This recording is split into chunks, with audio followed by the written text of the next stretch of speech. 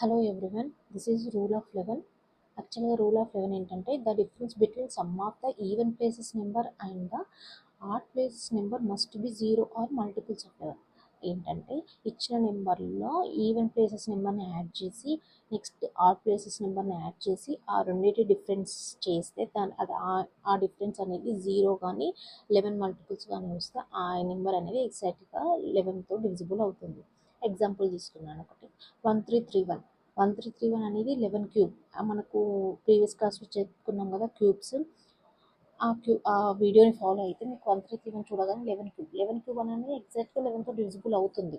కాకపోతే రూల్ ప్రకారం ఏంటంటే 1331 అనేది unit digit 1, second, third, fourth అని నెంబరింగ్ వేసాను.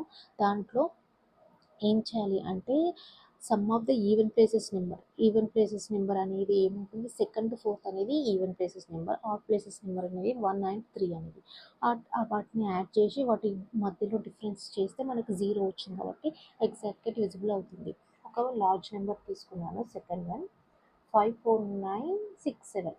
దాంట్లో 795 అనేది ఆడ్ ప్లేసెస్ నెంబర్, 6 and 4 అనేది ఈవెన్ ప్లేసెస్ నెంబర్. వాటిని యాడ్ చేసి డిఫరెన్స్ చేస్తే 11 వచ్చింది. సో 11 అనేది ఎగ్జాక్ట్గా డివిజిబుల్ అవుతుంది కాబట్టి అది కూడా మనకి 11తో డివిజిబుల్. లార్జ్ నెంబర్ అయినా మనం విత్ ఫ్రాక్షన్ ఆఫ్ సెకండ్స్లో చెప్పేస్తున్నాం.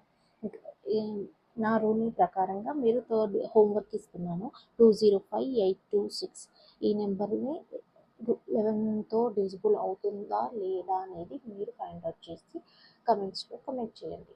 Thank you.